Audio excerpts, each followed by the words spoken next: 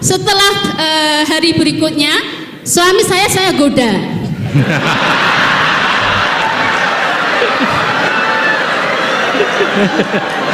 Ini ya, kontekstual ini. Saya goda. Setiap habis wudhu, suami saya goda dengan saya sentuh kulitnya. Kemudian suami saya mengulangi untuk wudhu kembali. Kemudian berikutnya sudah wudhu, saya sentuh. Ya, assalamualaikum teman-teman semuanya. Jumpa lagi di channel Gus Bahak TV. Kali ini kita akan menyimak pengajian Gus Bahak lagi. Kali ini di Universitas UII Yogyakarta ya. Dan ada pertanyaan menarik dari seorang istri dosen yang menanyakan sebuah ayat yang membahas tentang masalah membatalkan wudhu atau tidak menyentuh istri sah kita ya, karena ada yang berpendapat, nanti di situ diterangkan, ada yang berpendapat membatalkan, ada yang tidak.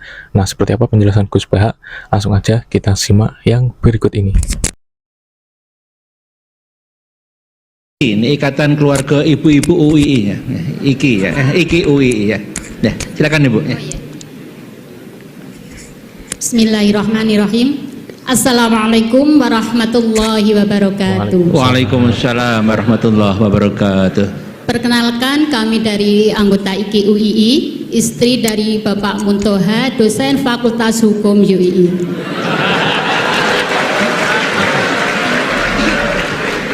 Maaf, tadi diminta oleh mbaknya untuk memperkenalkan diri. Ya, monggo Bu Muntoha ya. Kepada yang terhormat Bapak Profesor Dr. M. Khuraisihab dan Kiai Haji Ahmad Baharudin Nur Salim. Tadi sudah disampaikan banyak hal tentang tafsir yang tadi menyinggung tentang pernikahan, kemudian tentang Anisa, tentang perempuan dan sebagainya. Kemudian saya ingat pada suatu saat saya berdebat dengan suami saya. Bagus ini. Betul ini. Saya pernah berdebat dengan suami saya mengenai ayat yang berbunyi, yaitu surat An-Nisa ayat 43 yang berbunyi, saya penggal ayatnya. A'udzubillahi minasyaitonirrajim. Bismillahirrahmanirrahim.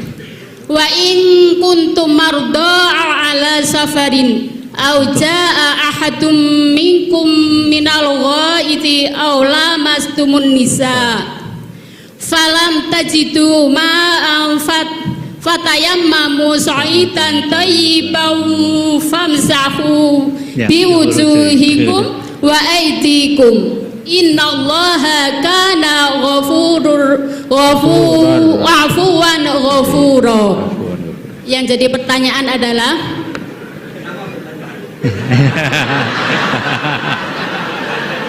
ya, sampai hampir bertengkar karena ayat tentang ayat yang berbunyi aula mastumun nisa. Oke, aula mastumun nisa. Di sini kami teringat dulu waktu masih kuliah di IAIN, pelajaran usul fikih yang mana dosen saya almarhum beliau sudah Pak Nur Madawam. Beliau menerangkan tentang arti dari aula mastumun nisa, di mana beliau sebenarnya tidak bisa memberikan jawaban yang pasti. Hanya beliau menyampaikan perbedaan pendapat dari kata aula mastumun nisa, yaitu ada dua mazhab. Yang satunya berpendapat bahwa aula mastumun nisa itu artinya adalah menyentuh, dan mazhab yang satunya saya lupa mazhab apa, itu maknanya adalah berhubungan suami istri. Nah, pada suatu saat saya berdebat dengan suami, yang mana untuk memastikan sebenarnya makna dari aula mastumun nisa itu apa. Kemudian suami saya bersikuku bahwa aula mastumun nisa makna dari menyentuh itu adalah menyentuh kulit. Nah, kemudian saya bersikuku bahwa makna dari aula mastumun nisa itu adalah berhubungan. Nah, setelah hari berikutnya suami saya goda.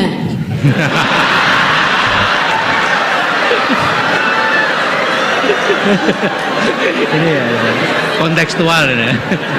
Saya goda.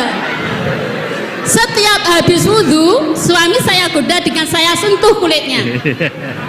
Kemudian suami saya mengulangi untuk wudhu kembali. Kemudian berikutnya sudah wudhu, saya sentuh lagi. Batal kan? Pendapatnya batal karena Allah mastumun nisa tadi pendapatnya adalah menyentuh kulit. Batal. Jadi beberapa kali saya goda suami saya setelah wudhu, saya sentuh kulitnya dan mengulangi wudhunya. Ini. Dan berikutnya karena saya masih waktu itu berpegang bahwa menyentuh itu adalah berhubungan suami istri. Nah, yang jadi pertanyaan Prof. Quraisy yang kami hormati adalah makna tafsir daripada ayat aula mastumun nisa yang sebenarnya itu yang mana? Apakah sekedar menyentuh atau berhubungan suami istri? Demikian pertanyaan. Terima kasih. Assalamualaikum warahmatullahi wabarakatuh. Waalaikumsalam warahmatullahi wabarakatuh. Sebelum menjawab, monggo Pak Ketua Umum Yayasan Senior Prof. Suarsono bergabung, ya. Kebetulan baru hadir, ya. Ya, baik. Sambil menunggu beliau, ya makanya.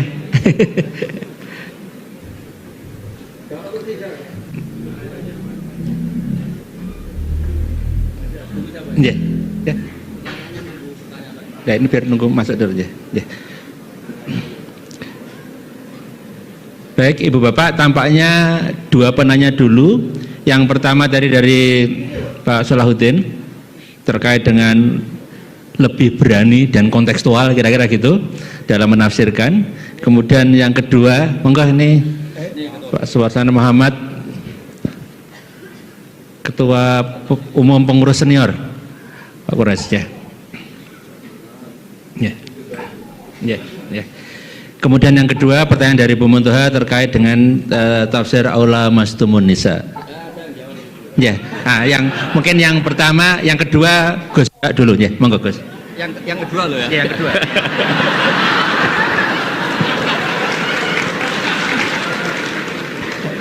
Nggak dijawab juga ya, kenapa bertengkar? Terus pertanyaan kedua, kenapa hanya nyentuh saja tidak diteruskan?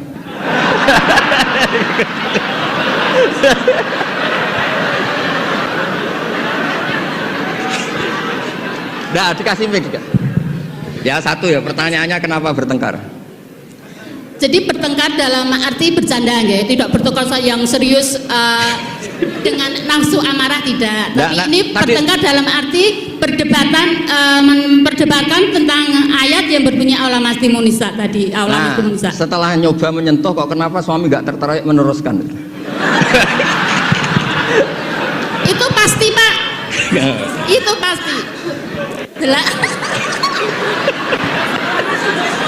Sebab kan ditinggal wudhu lagi tadi. Sebab waktu sholat, waktu untuk mengerjakan sholat, dan saya sengaja menggoda suami karena berpendapat bahwa menyentuh itu adalah menyentuh kulit, hanya menyentuh kulit adalah batal wudhu. Nah, makanya beberapa kali saya goda. Kalau nanti pertanyaan Gus Baha dilanjutkan.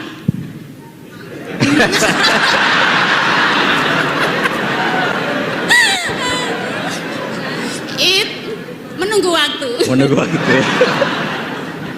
Nggak begini ya. Ini tadi saya minta Pak Warsono ikut berdiri, ini yang punya badan wakaf, yang ketua. Begini. Yang jelas jangan memicu kata Pak Rektor dulu MZU dan Newcastle United sama apa? Manchester United. Karena ini sudah jadi madhab identitas. Kalau yang seperti itu NU, seperti ini Muhammadiyah, kayak kunut lah. Kunut itu NU, tidak kunut itu Muhammadiyah. Berarti Imam Syafi'i itu NU, Abu Hanifah itu Muhammadiyah. Begini, kita kan nekuni itu ya, nekuni sekali. Saya bilang nekuni sekali bukan niat sombong, enggak, supaya Anda tahu Rektor milih saya jadi ahli tafsir itu tidak salah. Memang benar-benar saya tekuni.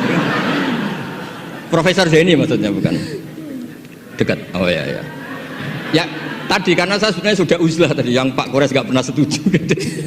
Begini ya, Dalam kitab Ahkamul Quran yang ditulis Imam Baihaqi meriwayatkan makalah-makalah Imam Syafi'i, beliau jelas ngendikan, lamisa dari mulamasah. Mulamasah itu nyentuh. Naha Rasulullah an bai'il mulamasah. Ini saya cerita Imam Syafi'i dulu, enggak cerita suami Anda, enggak cerita Pak Muntaha Anda. Naha Rasulullah an bai'il mulamasah. Nabi itu menyegah, melarang jual beli yang hanya unsur disentuh, kemudian itu pengganti kata luzum. Kalau sudah disentuh berarti oke. Sehingga beliau yakin seyakin-yakinnya kalau mulamasah terusan al-jassu bil yad, memang menyentuh. Nah, satu-satunya riwayat yang populer itu adalah Ibnu Abbas. Ibnu Abbas mengartikan awlamastumun nisa itu au jama'tumun nisa, memang sampai hubungan suami istri. Berarti Anda Ibnu Abbas, suami Anda Imam Syafi'i. Nah, Kiai Jawa itu paling pinter ngerekayasa hukum. Kiai NU itu kalau keseharian kalau tersentuh istrinya memang wudu. Kalau banget diteruskan, cantik banget diteruskan. Saya ulang lagi ya, KNO kalau disentuh istrinya wudu, kalau cantik banget diteruskan. Nggak nyindir, ini cerita aja. Gitu. Pengalaman Gus Bah. Ya, alhamdulillah berarti cantik banget. Nah, tapi kan madhab Syafi'i itu ada problem, yaitu beliau meyakini dan hampir semua ulama meyakini kalau tawaf itu harus suci, dan kalau berdesaan di Ka'bah zahmah itu kan pasti kesentuh perempuan. Nah, di bab ini KBIH memberi saran, sudahlah di bab ini intikal madhab, kamu kesentuh perempuan atau sebaliknya tidak batal. Tapi di kehidupan sehari-hari memang perasaannya orang-orang Syafi'i, sebenarnya itu orang Syafi'i bukan orang NU, tapi sudah diambil alih NU. Sampai ketahuan Pak Kures itu kalau di kampung-kampung, enggak Sayyidina NU, enggak Sayyidina ya Muhammadiyah. Kalau kunut, padahal kita yang nekuni madzhab tidak ada seperti itu. Ini Syafi'i, ini Maliki ini. Nah, tapi jangan juga nanti terus beralih, ini madzhabnya Pak Muntaha, ini madzhabnya istrinya. Wah, malah ada pendiri madzhab baru nanti dalam Islam. Ya, jadi konflik Anda, berdebat Anda bagus lah. Jadi kesannya UI itu di rumah pun ilmiah. Jangan sampai debat begini, itu gaji kamu di UI hanya sekian, tuntut Pak Warsono, jangan gitu. Itu kan tidak ilmiah. Alhamdulillah lah, itu bagus. Teruskan saja debatnya. Ya jelas ya, memang begitu riwayatnya begitu. Ya Anda nanti terserah. Kalau dalam ilmu tasawuf, mazhab itu gampang. Kamu yakin tidak ketemu Allah dengan pendapat itu? Mazhabun al-Qawwahabi, kalau dalam ulama, hadza madhabi al-Qawwahabi. Ini pendapat saya yang sampai ketemu Allah itu saya siap. Makanya saya ini bukan sok-sokan ini mengatur di depan Pak Kures, saya tidak mungkin bohong. Saya itu jadi kiai besar itu susah dan sungkan. Karena terus dihormati, disubyo-subyo. Jangan-jangan ini bagian duniawi. Sehingga saya kalau di rumah, tanya istri saya, keluarga saya. Kalau di rumah itu saya sering jenguk kiai-kiai mati, ini kiai kampung. Ini sebagai kafaro saya, jangan-jangan saya kenal rektor UI itu bangga, kenal ketua badan wakaf bangga, sehingga ini urusannya hanya bangga-bangganan, keren-kerenan. Sampai segitu tradisi di keluarga saya ini, karena ya memang itu tradisi. Dulu itu namanya Imam Syafi'i itu top terkenal, tapi punya mitra debat itu namanya Syaiban Ar-Ra'i. Itu pengembala kambing miskin. Suatu saat Imam Syafi'i jenguk ke Syaiban Ar-Ra'i ini. Tanya, menurut kamu zakat itu wajib pada siapa? Kata Syaiban Ar-Ra'i, menurut kamu apa menurut saya? Ya menurut kamu, saya tanya kamu ya menurut kamu. Ala kulli ghaniyin wa faqirin. Zakat itu wajib bagi orang kaya dan orang fakir. Loh kenapa? Masa orang fakir sudah miskin wajib zakat? Memangnya orang fakir hartanya bersih semua? Enggak kan? Saya memberi contoh itu nyuwun sewu, tambahannya menyinggung. Di kampung saya itu kan kalau ada acara misalnya haul atau pengajian atau apa. Gak mungkin kan di UI tak contohkan acara apa gitu yang pakaiannya serono kan, gak mungkin misalnya acara-acara apa. Itu orang yang hanya beli rafia, ngerti itu sama rafia? Apa bahasa Indonesia rafia itu? Sudah pokoknya rafia. Itu lapangan tuh gak jelas milik siapa. Yang pertama masang rafia itu yang paling berhak menerima apa? Parkir. Dan akhirnya ya dapat uang. Coba itu atas nama fikih itu sah apa enggak? Itu kalau atas nama orang fikir, yang fikir enggak dia tok. Kalau atas nama tamaluk, apa dia memiliki itu, milik orang banyak. Itu banyak tukang parkir yang di kampung saya terus tanya, iya Gus bener jenengan, kita yang tukang parkir itu nanti trotoar juga gitu, hanya modal rafia terus dia berhak. Artinya apa? Rezeki orang miskin juga banyak yang masalah kalau nggak dizakati itu. Terus Imam Syafi'i tertawa-tawa. Ya tertawa-tawa artinya terjadi madzhab bersama. Negara hanya mewajibkan zakat sama orang kaya karena itu yang harus dituntut kalau udah zakat. Tapi orang miskin silahkan, yang merasa rezekinya juga macam-macam itu juga harus zakat, karena zakat itu filosofinya itu kan tathhirul mal, mensucikan harta. Dan kita tadi wong nggak ikut punya lapangan, nggak ikut punya trotoar, hanya modal rafia, terus kita yang berhak, orang lain tidak berhak, padahal orang lain ini bisa lebih miskin ketimbang kita. Nah itu pentingnya debat. Itu lebih mutu timbang debatnya suami Anda dan Anda ini, Seban Roy. Tapi itu bagus, itu kasih bonus Pak Rektor, itu hebat itu. Di rumah masih debat fikih itu hebat itu. Dia nggak nawar. Terima kasih. Nah itu tadi penjelasan Gus Baha ya, sangat seru sekali. Ada pertanyaan dari istrinya Bu Rektor, yang pertanyaannya juga pembawaannya lucu sehingga satu auditorium ketawa semua ya. Lucu sekali, penuh ilmu dan kebahagiaan. Nah jadi setelah menyimak tadi ya, dapat disimpulkan atau dianalisis bahwasanya ayat aula mastumun nisa tadi ada dua pendapat ya.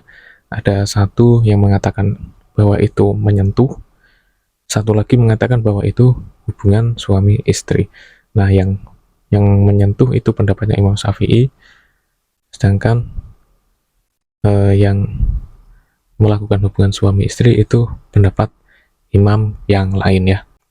Terus juga ternyata dalam menemukan hukum fikih ya, ternyata ulama itu sering berdebat, sering beradu pendapat seperti itu ya. Tapi tentu bukan debat kusir seperti yang terjadi di lingkungan di luar pendidikan ya, debat-debat kusir.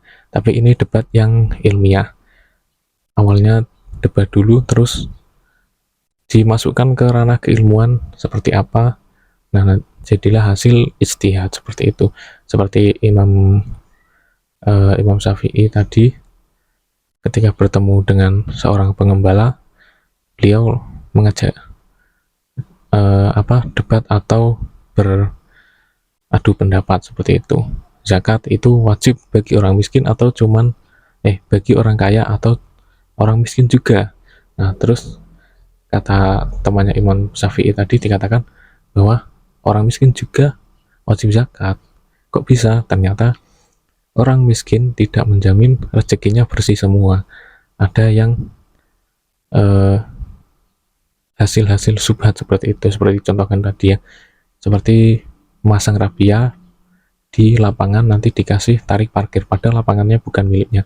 Ini sering terjadi ketika acara-acara pengajian ya seperti itu, atau acara sholawatan besar-besar, itu kan tanahnya bukan tanah milik dia, tapi dipasang rapia terus buat parkir, uangnya untuk dia. Nah seperti itu kan berarti tidak menjamin 100% uangnya orang miskin itu bersih ya.